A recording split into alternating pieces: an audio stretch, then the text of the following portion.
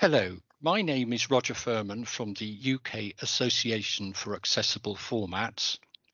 May I begin by wishing all of you a very happy new year and extend a warm welcome to this UKAAF webinar on World Braille Day, 4th of January. For anyone unfamiliar with the significance of this celebration, it is when we remember the birth in 1809 of Louis Braille, inventor of the system linked with his name. We are going to record this webinar and I trust nobody has any objections, and it will be available in due course from the UKAAF website. I am delighted that Sue Day, a colleague on the UKAAF board, is kindly assisting with the technical side of this event.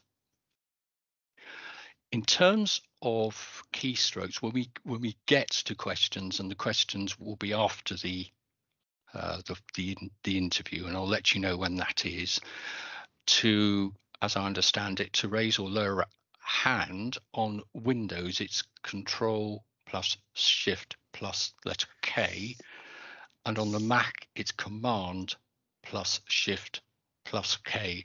I'm also told that keystrokes can have a habit of changing in Microsoft Teams, so I'm hoping that those are the latest ones and that's not going to present any problems. It is now with great pleasure that I welcome our guest, Stuart Lawler. Stuart, would you like to introduce yourself?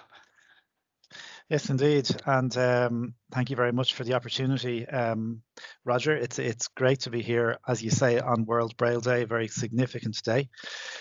So my name is Stuart Lawler. You may hear from the accent I'm not in the UK, I'm in Ireland. And I suppose most significantly, in the context of the conversation we're going to have today, I'm a Braille user. I'm totally blind, and I have been since birth. And I've been using Braille for about 44 years now, Roger. I think it was about 3 when I started learning, so giving away my age. In my day job, I work for Sight and Sound Technology, who many of our attendees today on the session may be familiar with.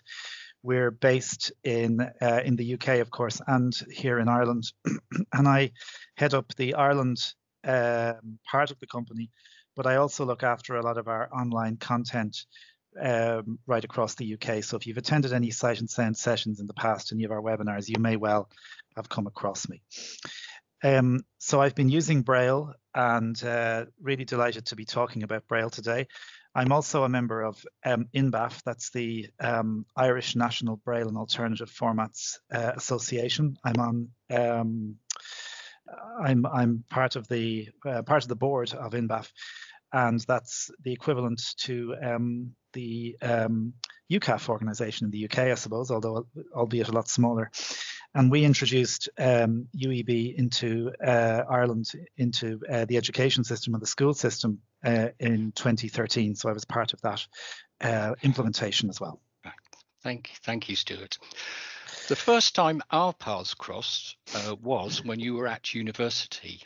And I wonder if you could say something about how you used Braille during your course and, in your experience, what Braille provision was available at the university at that time.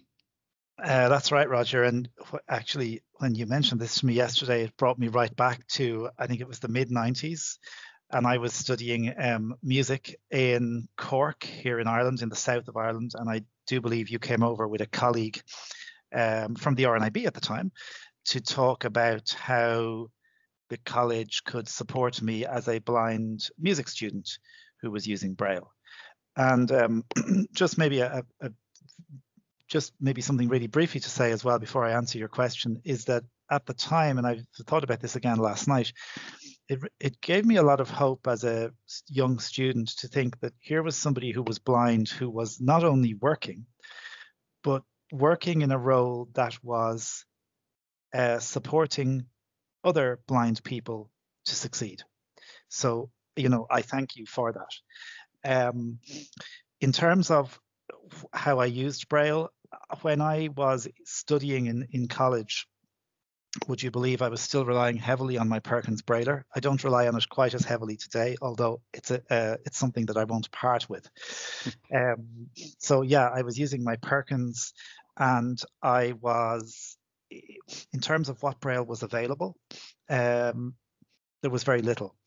There was a Braille printer on campus, and at the time, within the Disability Support Service, at the time there was one full-time and two part-time staff members, and they just didn't have the resources to produce Braille.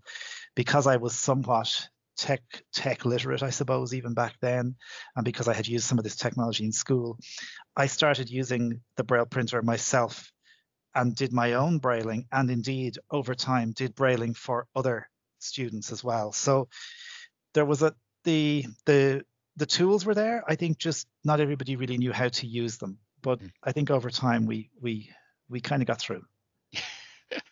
Yes, I do have fond memories of that visit. And I was wondering, do you know what today's provision for Braille and alternative formats is like for university students in Ireland? It's a lot better. I think one of the challenges today within university system is that there are still a cohort going through who've come from mainstream, who are going through university, who sadly, and it's terrible to say this on World Braille Day, but who sadly are not using Braille at all. So the call for our need for Braille in the third level system in Ireland, I think has probably declined a little since probably you were here in the mid-90s, Roger. I think it's going to come back up again because the mainstream education system here in Ireland, probably similar to the UK, are now better equipped and better understand the need for Braille and the importance of Braille.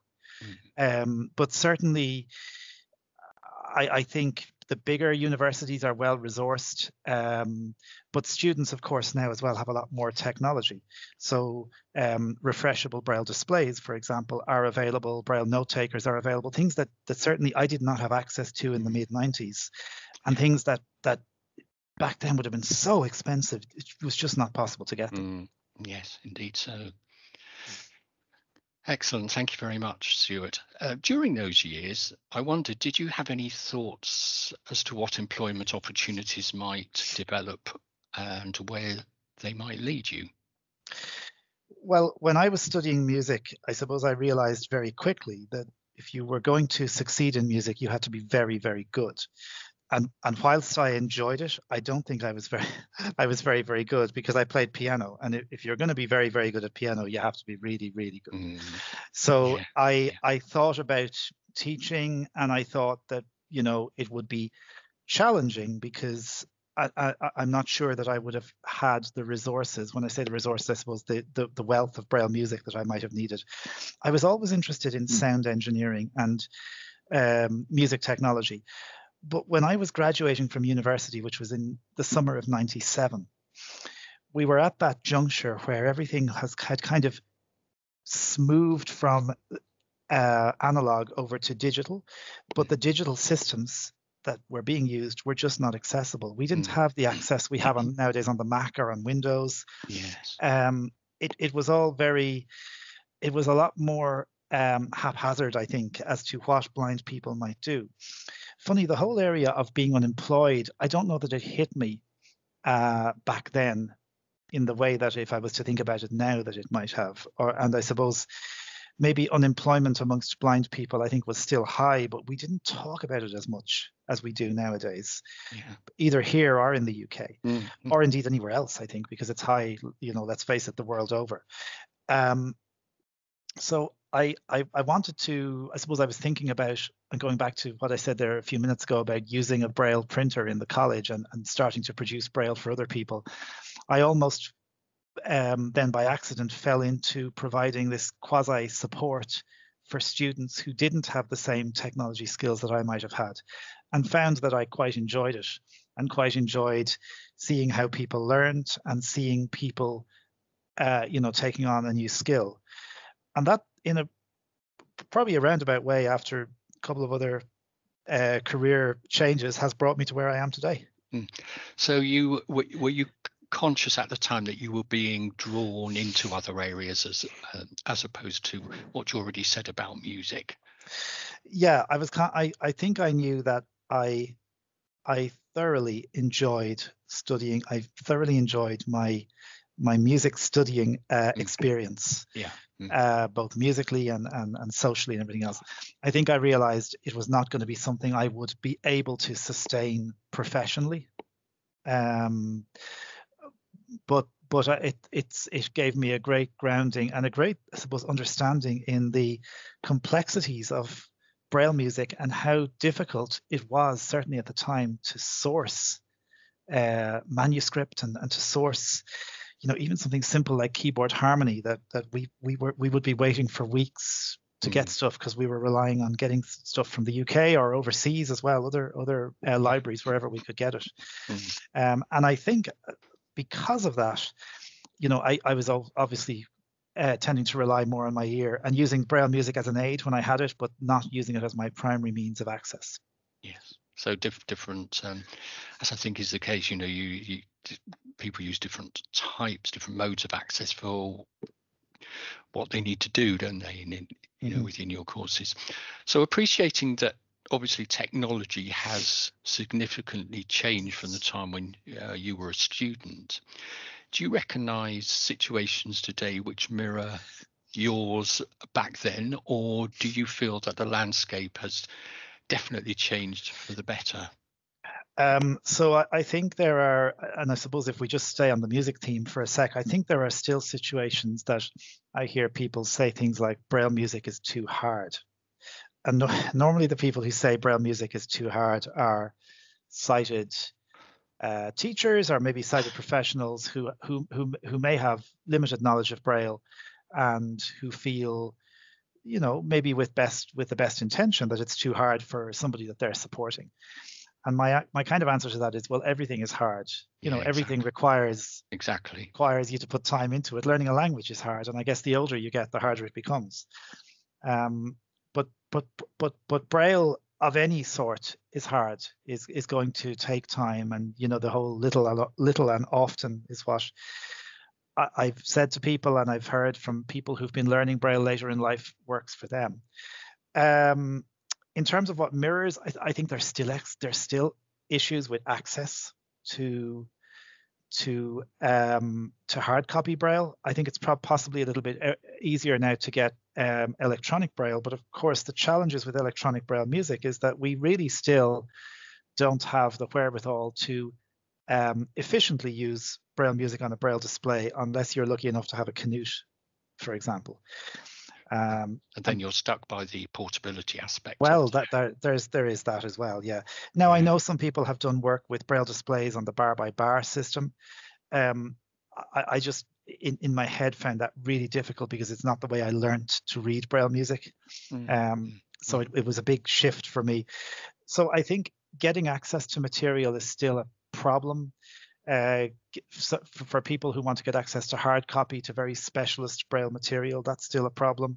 And the other thing, I suppose, that's a challenge, and that I do see people struggle, is people who are not tech literate, because sometimes there's a concept or there's a perception that every blind person is a tech wizardry, and lots of people aren't, and people shouldn't feel they have to be. Unfortunately, I think if you're visually impaired and you're in work or in college, it helps greatly if you can successfully master technology, but it's very, very difficult for those who can't, and I think they need to be supported as well.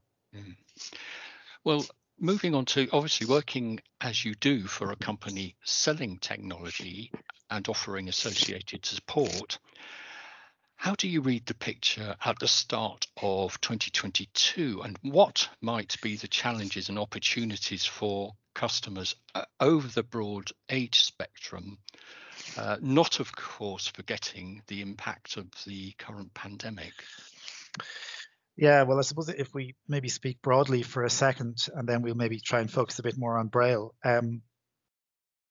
So everybody's been embracing online meeting platforms in the last almost 2 years now. We're in this thing, and look, today, here we are on the 4th of January. There's no real sign of us coming out of it anytime quickly, unfortunately. So we've all had to embrace new ways of doing things, of keeping in touch, of maintaining social contacts with people where we can't be face to face, and learning and working and doing all those things that where life has to go on. And I think that has presented some really great opportunities for people who might never have been able to use this technology were it not for a worldwide pandemic that forced us all to do it. But it's also very clearly divided society and put some stark focus, I think, on people who didn't have the technology in the first place to use things like Zoom or Teams or platforms like we're on here today. And I think there's a danger that we're going to look back in 5 years and see the digital literacy divide has gotten greater. So I'm always conscious, and I think within Sight and Sound we're always conscious that the technology needs to be fluid enough, I suppose, to and needs to work for the greatest number of people. And the greatest number of people, or your lowest common denominator, maybe if you want to use that phrase, are people who don't have very many tech skills. They should be able to use a piece of technology. So Braille note takers, for example, going back to Braille for a sec, the type of things that we look at all the time, these things that are really designed to be easy to, you turn them on and they work with minimal learning effort. And we have, just for example, at the end of last year we launched a Braille keyboard selling in the UK with ourselves and the RNIB, called Hable One, which is a tiny little Bluetooth keyboard that essentially lets you Braille entry on your smartphone or tablet. I think we're going to see a big move towards multi-line Braille in the coming years. Obviously, the guys at Bristol Braille with the Canute are doing outstanding work already. There's other projects and there's other things happening. There's an interesting piece of work being done at the University of Michigan that's worth keeping an eye on. And I think the other thing, of course, that everyone talks about is price, and the price of Braille technology that I suppose lots of people would say has remained stubbornly high. And it's, I think, very frustrating, most especially for the users of the technology and the people who need to get their hands on it. It's very difficult to explain it to funders, to people who are providing funds for this technology who don't really understand why it's life-changing. And I think there needs to be more done in pushing that price. I think the work that's been done to make low-cost Braille displays around the world is really good, but there needs to be more, because whilst they're good, they're probably not efficient. They're not something that you would use day in, day out in college or in your professional life. They're great. They're grand for home users.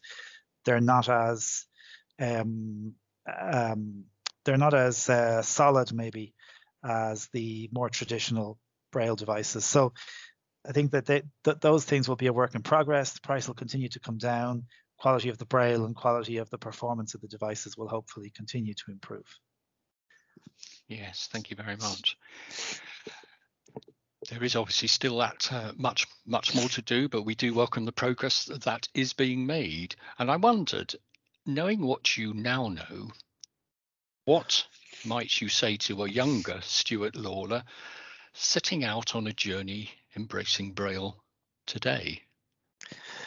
Yeah, it's a great question, Roger, and one I did give some thought to yesterday. And do you know what I really think is the people who can best advocate for and lobby for and campaign for Braille are Braille users themselves.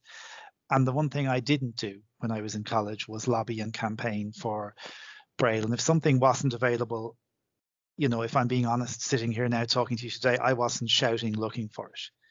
And I think that's part of the reason it probably took longer to reach me. And I think if you're blind and if you're sitting, as I used to frequently find myself doing before the pandemic, sitting on an airplane and they come around with the Braille safety guide and ask you, do you want it? Even if you've seen it 100 times, always take it. Because if you start not taking it, and if everybody else, if you and I and everybody else, someone will say, do you know something? Nobody wants that yoke. We won't bother doing Braille anymore. Nobody's reading these. So take it, pretend to read it, and smile and hand it back.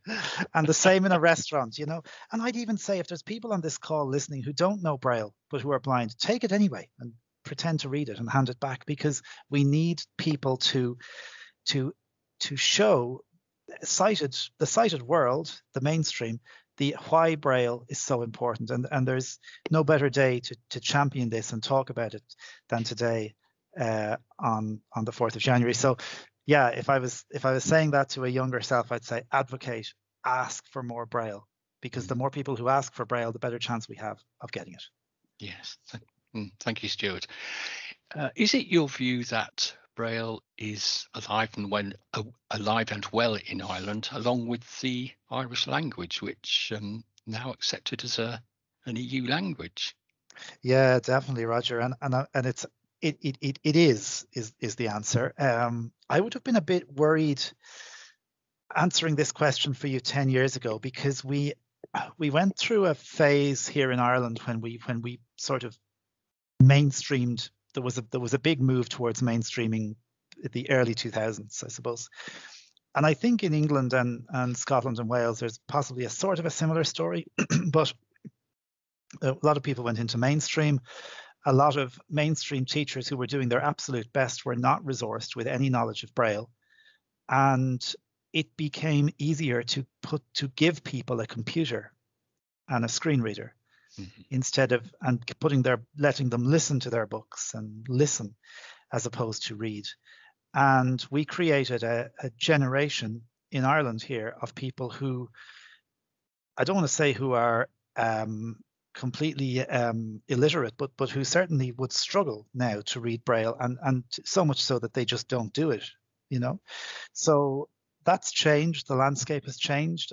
Why has it changed? I think it's changed because the mainstream systems here are now better resourced.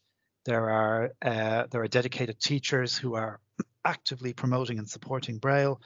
There's people like Sight and Sound and other companies, it has to be said, who are actively supporting Braille. There's charities here and in the UK who are doing it too. We all, I suppose, ultimately, anyone in this sector, in this community, is of the same. We all want to promote Braille. So it's definitely getting better. As regards the Irish language, so Irish language also has its own Braille code, and the Irish updated Irish Braille code (UIB) was relaunched and revised in 2016. It's quite an extensive code, and again, we've been working on that alongside UEB implementation here in Ireland over about the last 10 years. Stuart, thank you very much indeed. I'm wondering at this point whether we have any questions from those who are present here for Stuart on what he said. Just a reminder, in case anybody needs it, Control plus Shift plus K for Windows, Command plus Shift plus K for Mac. And I think, Sue, you're going to let us know. And we hope the technology is going to allow us to do all this. We haven't got any questions yet.